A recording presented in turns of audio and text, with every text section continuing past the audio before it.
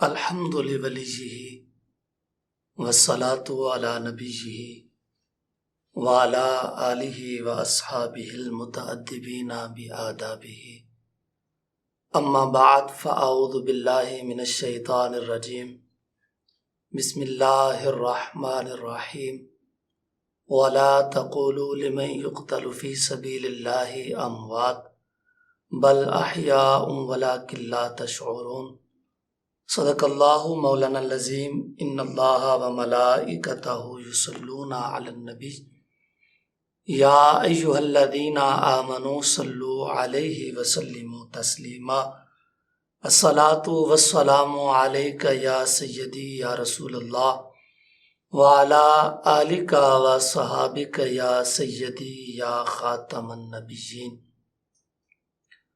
لی خمسۃ عطفی بہا حر الوباء الحاتمہ المصطفیٰ والمرتضی وابناہما والفاطمہ۔ بعد از حمد و صلاۃ، ناظرین و سامعین، آج کا ہمارا گفتگو کا ٹاپک جو ہے وہ نواسہ رسول، جگر گوشہ بطول، شاہ سوار میدان کربلا، فاتح کربلا، راکب دوش مصطفیٰ حضرت سیدنا امام حسین شہید کربلا علیہ السلام، آپ کے فضائل و مناقب کے حوالے سے ہے۔ عاشوراء کا دن ویسے تو بڑی نسبتوں کا حامل ہے، بڑے انبیاء کرام کو اس کے ساتھ نسبت حاصل ہے، لیکن عاشوراء کا جو تعلق حضرت امام حسین سے ہے، یوں کہہ لیجئے کہ جو عاشوراء کے دن کو پذیرائی سیدنا امام حسین علیہ السلام نے دی ہے، اس سے پہلے یہ پذیرائی یوم عاشوراء 10 محرم الحرام کو حاصل نہیں تھی۔ سیدنا امام حسین علیہ السلام کا مختصر سا تعارف یوں سمجھیں کہ آپ 5 شعبان المعظم 4 ہجری کو حضرت علی المرتضیٰ شیر خدا کرم اللہ وجہ الکریم اور سیدہ کائنات، سیدہ مخدومہ کائنات، سیدۃ النساء العالمین، سیدہ فاطمۃ الزہراء سلام اللہ علیہا کے گھر مدینہ منورہ میں پیدا ہوئے۔ آپ کا نام حسین رکھا گیا اور کنیت آپ کی ابو عبداللہ رکھی گئی۔ 2 مشہور القابات ہیں آپ کے، ایک سبط رسول اللہ یعنی نواسہ رسول، اور دوسرا ریحانۃ رسول اللہ یعنی نبی کریم صلی اللہ تعالی علیہ وسلم کے باغ کے مہکتے ہوئے پھول۔ اعلیٰ حضرت امام احمد رضا تاجدار بریلی رحمۃ اللہ تعالی علیہ، آپ فرماتے ہیں کیا بات رضا اس چمنستان کرم کی، زہرا ہے کلی جس میں حسین اور حسن پھول۔ 10 محرم الحرام 60 ہجری کو آپ نے میدان کربلا میں جام شہادت نوش فرمایا، اور آپ کی شہادت کی خبر جو ہے وہ آپ کے بچپن میں ہی نبی کریم صلی اللہ تعالی علیہ وسلم تک پہنچا دی گئی۔ میرے آقا علیہ الصلوۃ والسلام کی بارگاہ میں ایک دن حضرت جبریل امین حاضر تھے کہ اتنے میں حضرت سیدنا امام حسین رضی اللہ تعالی عنہ علیہ السلام حضور کی بارگاہ میں آئے اور امام الانبیاء صلی اللہ تعالی علیہ وسلم کی گود میں بیٹھ گئے۔ سرکار آپ کو شفقت کے ساتھ اپنی گود میں کھلایا کرتے تھے، اور ناظرین کیا ہی مقام ہے اس ہستی کا کہ جس کو کھیلنے کے لیے جگہ آغوش مصطفیٰ نصیب ہو.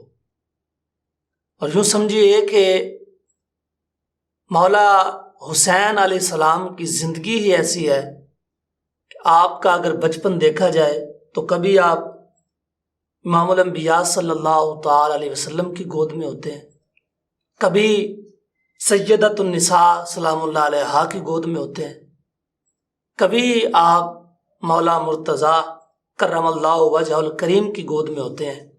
تو ناظرین جس حسین کے کھیلنے کی جگہ اتنی عظیم ہے، جس حسین کے کھیلنے کی جگہ کا یہ مقام ہے، اس حسین کے سجدے کی جگہ کا کیا مقام ہوگا؟ جس حسین کے کھیلنے کی جگہ کا مقام سمجھ نہیں آتا، اس حسین کے سجدے کی جگہ کا مقام کیسے سمجھ آئے گا؟ تو حضرت جبریل امین نے حضرت امام حسین کو دیکھا اور میرے آقا علیہ الصلوۃ والسلام کی بارگاہ میں عرض کرتے ہیں کہ یا رسول اللہ، یہ جو آپ کا پیارا نواسا ہے، آپ کی ہی امت اور آپ کا ہی کلمہ پڑھنے والے لوگ انہیں شہید کریں گے. اور دشت کربلا کی مٹی میرے آقا علیہ الصلوۃ والسلام کی بارگاہ میں پیش کی گئی اور میدان کربلا کا منظر آپ کو دکھایا گیا. اس حوالے سے یہ جو روایت میں نے پڑھی ہے، معجم الکبیر کتاب کا نام ہے، اور صفحہ نمبر اس کا جلد نمبر 3 صفحہ نمبر 108 ہے.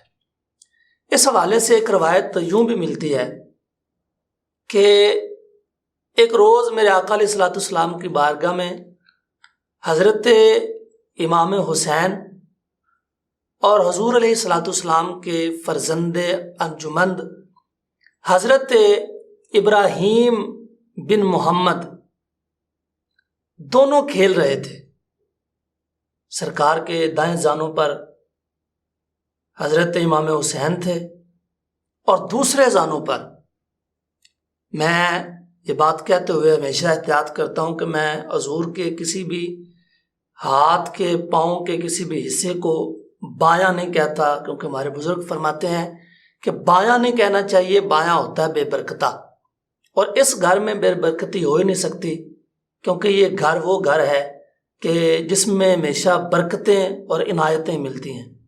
یہ سرکار کا در ہے، در شاہاں تو نہیں، جو مانگ لیا اور بھی کچھ مانگ، کیا دیتے ہیں وہ کہ کیا کچھ نہیں دیتے، یہ بحث نہ کر مانگ ذرا اور بھی کچھ مانگ.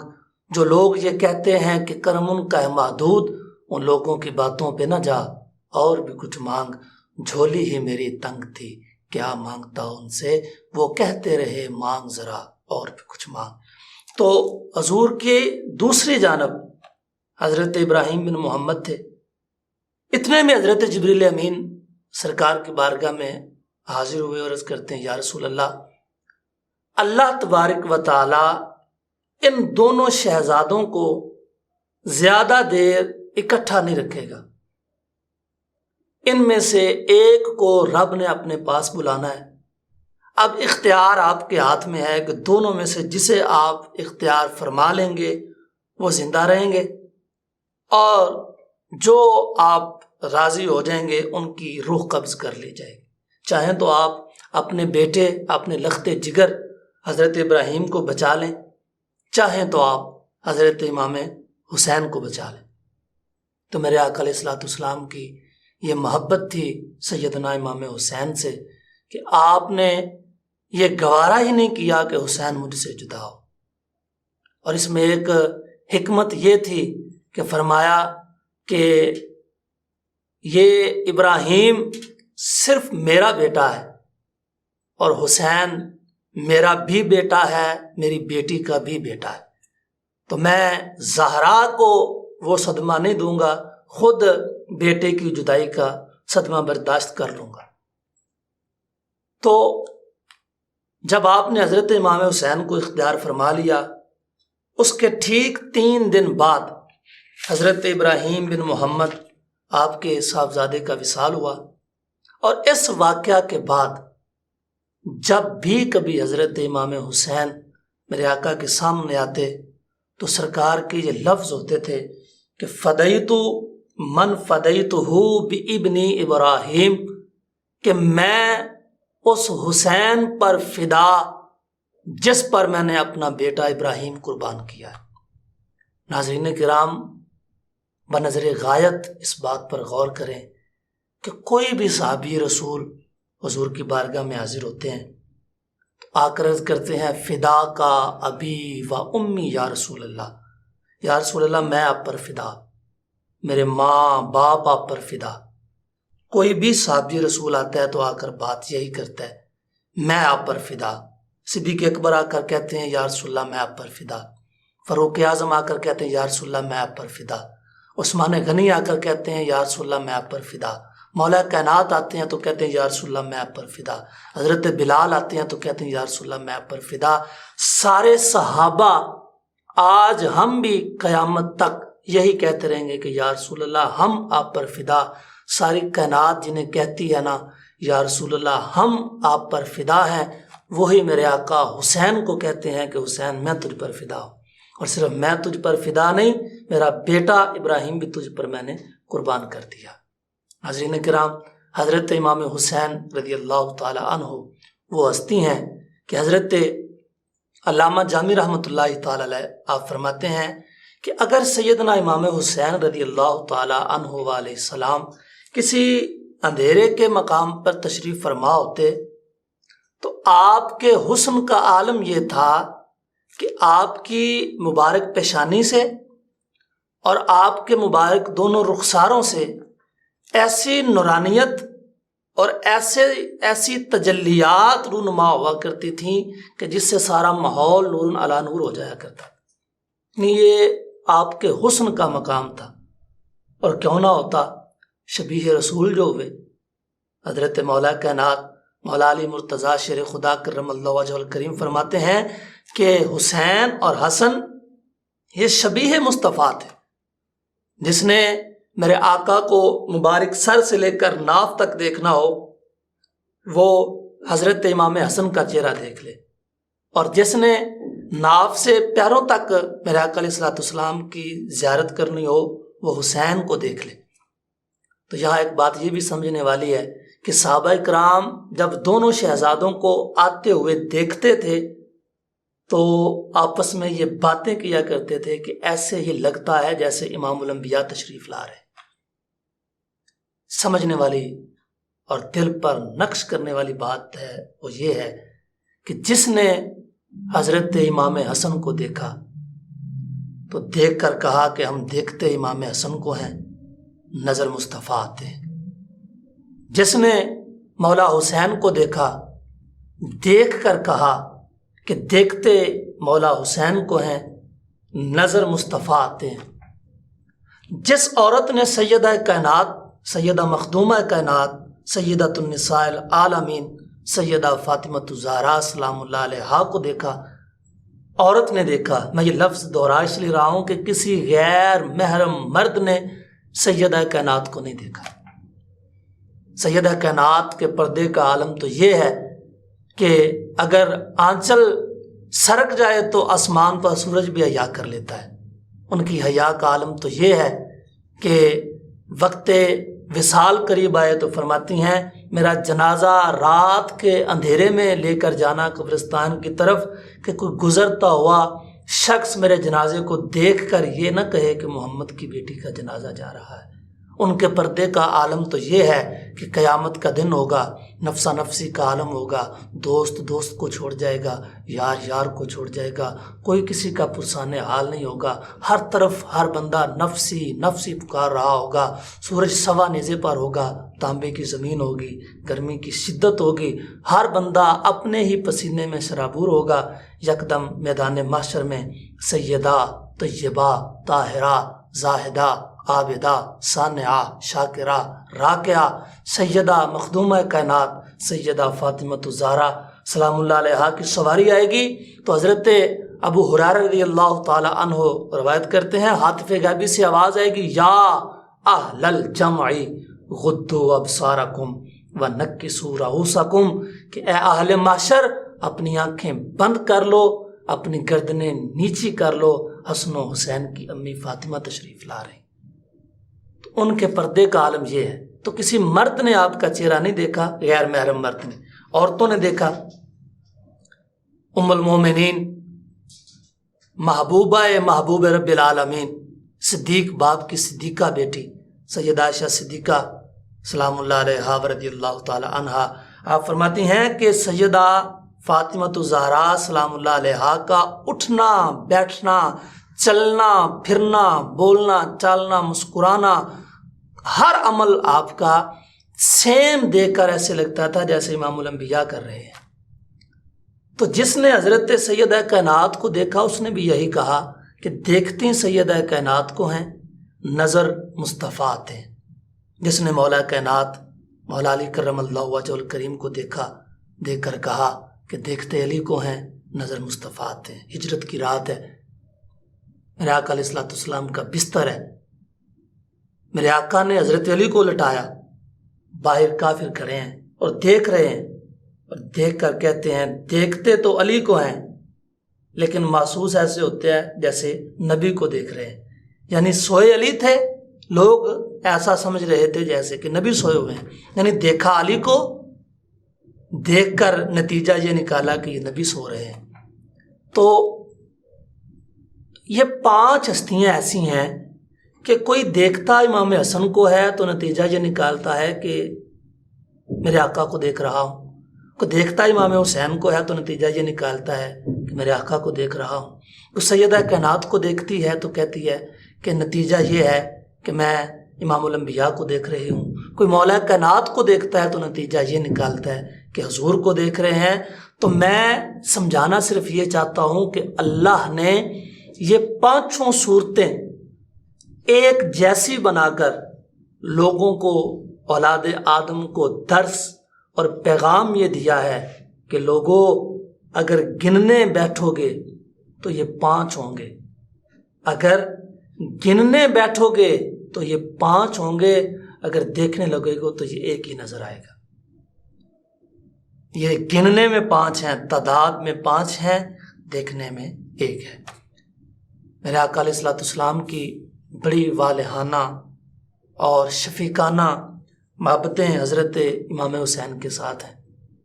بچپن کی عمر ہے، میرے آقا علیہ الصلوۃ والسلام سیدہ کائنات کے گھر آئے، اور جب سیدہ کائنات کے گھر آتے تھے تو میرے آقا یہ نہیں تھے فرماتے کہ فاطمہ اپنے بیٹوں کو بلاؤ، یا فاطمہ علی کے بیٹوں کو بلاؤ، یا یہ نہیں تھے کہتے میرے نواسوں کو بلاؤ، بلکہ آپ فرمایا کرتے تھے فاطمہ میرے بیٹوں کو بلا کر لاؤ.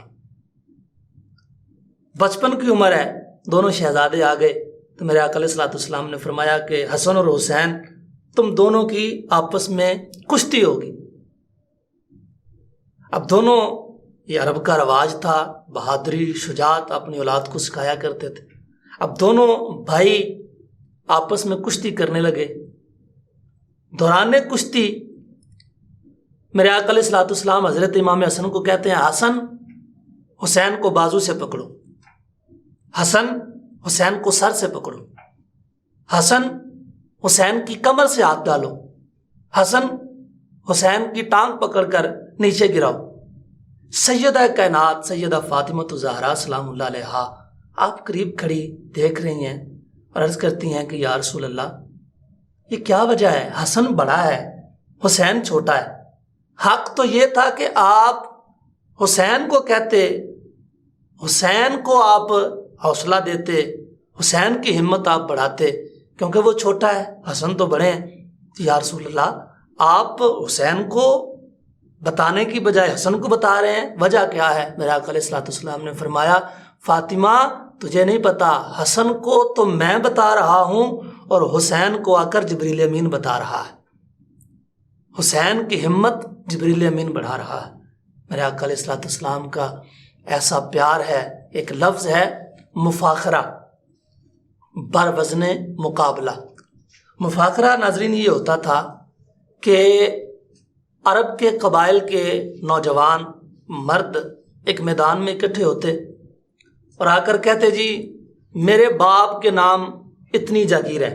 کوئی کہتا میرے باپ کے نام 100 ایکڑ زمین ہے، تو دوسرا کہتا میرے باپ کے نام 200 ایکڑ زمین ہے. یعنی فخر کرتے، وہ اپنے مال پر، اپنے باپ کے مال پر فخر کرتا، یہ اپنے باپ کے مال پر. کوئی کہتا جی میرے باپ کا 1000 اونٹ ہے، تو دوسرا کہتا میرے باپ کے پاس 1200 اونٹ ہے، یعنی مفاخرہ کرتے، مقابلہ کرتے، فخر کرتے۔